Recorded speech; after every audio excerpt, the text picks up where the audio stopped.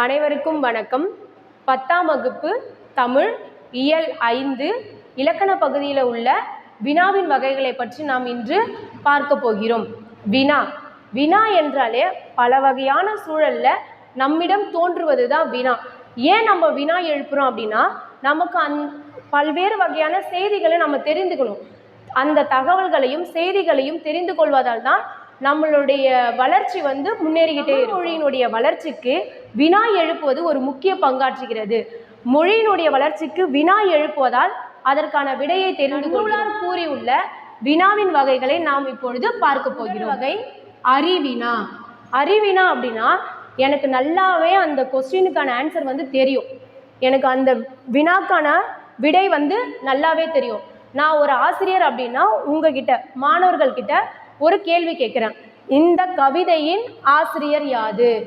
அந்த கவிதையினுடைய ஆசிரியர் யாருன்னு எனக்கு தெரியும், நல்லாவே தெரியும். எனக்கு தெரிஞ்சுக்கிட்டே நான் உங்ககிட்ட கேட்குறேன், இந்த கவிதையினுடைய ஆசிரியர் யாரு? தெரிந்து கொண்டே ஒரு வினாவை நம்ம கேட்பது தான் அறிவினா. அறிந்து கொண்டு, நமக்கு தெரியும், அறியும் அப்படின்னு அர்த்தம். நெக்ஸ்ட் அறியா வினா. அந்த கேள்விக்கான விடை எனக்கு தெரியவே தெரியாது. அறியா வினானா நமக்கு தெரியாத ஒன்றை தான் என்ன பண்ணுறோம், நம்ம அறியா வினா அப்படின்னு சொல்கிறோம். இந்த கவிதையின் பொருள் யாது? தெரியாம மாணவர்கள் ஆசிரியர்கிட்ட கேட்பது.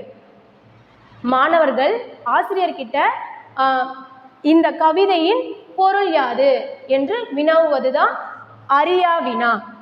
அடுத்ததாக அயவினா. அயவினா, இச்செயலை செய்தது மங்கையா மணிமேகலையா? அயம். அயம் அப்படின்னாவே ஒரு வகை அச்சம், இல்லை சந்தேகம், பயம் அப்படின்றத குறிக்கும். நமக்கு அயத்தோட இந்த செயலை யார் செஞ்சுருப்பாங்க? மங்கையா மணிமேகலையா?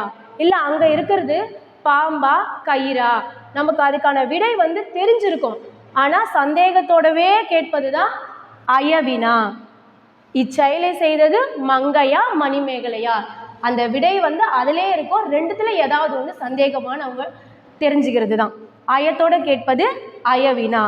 அடுத்ததாக கொழல் வினா. கொழல் வினா அப்படின்னா, என்கிட்ட அது இல்லை, ஒரு பொருள் எனக்கு தேவை, அந்த பொருளை நான் கேட்குறேன். போயிட்டு யாருக்கிட்டையாவது நம்ம என்ன பண்ணுவோம், ஒரு நூலகர்கிட்ட நம்ம போகிறோம். நூலகர்கிட்ட ஜெயகாந்தன் சிறுகதைகள் இருக்கிறதா? ஏன்னா எனக்கு அந்த சிறுகதை தேவைப்படுது. தேவைப்படுறதுனால சிறுகதை புக்கு உங்களிடம் இருக்கிறதா அப்படின்னு நம்ம வினாவது. ஏன்னா எனக்கு தேவை, பெறுதலுக்காக கேட்பது தான் கொழல் வினா. அடுத்ததாக கொடை வினா. கொடை வினா அப்படின்னா, என்கிட்ட நிறைய புக்கு இருக்குது, என்கிட்ட நிறைய சிறுகதைகள் புக்கு, கவிதை புக்கு, ஏதோ எல்லாமே என்கிட்ட இருக்குன்னு அர்த்தம். என்கிட்ட இருக்கிறதுக்காக அதை நான் கொடை அப்படின்னாவே வழங்குதல் அப்படின்னு அர்த்தம். கொடை வினா, என்கிட்ட இருக்கிறத நான் மற்றவங்களுக்கு கொடுக்கறதுக்காக கேட்பது தான் கொடை வினா. உன்னிடம் ஜெயகாந்தன் சிறுகதைகள் உள்ளதா? கொடுத்தல், கொடுக்கறதுக்காகவே நான் அந்த வினாவை எழுப்புறேன், அதனால அது கொடை வினா. அடுத்ததாக ஏவல் வினா. நீ கடைக்கு செல்கிறாயா? நீ கடைக்கு செல்கிறாயா? நீ அப்படின்னாவே நம்ம என்ன செய்யறோம், அடுத்தவர்களை குறிப்பது.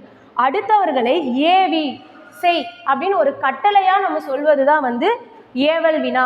நீ கடைக்கு செல்கிறாயா? நீ எழுதுகிறாயா? நீ படிப்பாயா? நீ இங்கே வா அப்படின்னு நம்ம ஒவ்வொரு விஷயத்தையும் என்ன பண்றோம், ஏவி கட்டளையாக சொல்வது தான் ஏவல் வினா. வினாவின் வகைகள் மொத்தம் 6. அறிவினா, தெரிந்து கொண்டே கேட்பது. அறியா வினா, தெரியாமல் கேட்பது. அயவினா, சந்தேகத்தோடவே அந்த வினாவை எழுப்புவது. கொழல் வினா, எனக்கு ஒன்று வேணும், பெறுதலுக்காக எனக்கு வேண்டி கேட்பது கொழல் வினா. கொடை வினா, என்கிட்ட நிறைய இருக்கு, மற்றவர்களுக்கு கொடுப்பதற்காக கேட்பது கொடை வினா. ஏவல் வினா, ஒரு செயலை ஏவி கட்டளையாக கூறுவது ஏவல் வினா. நன்றி.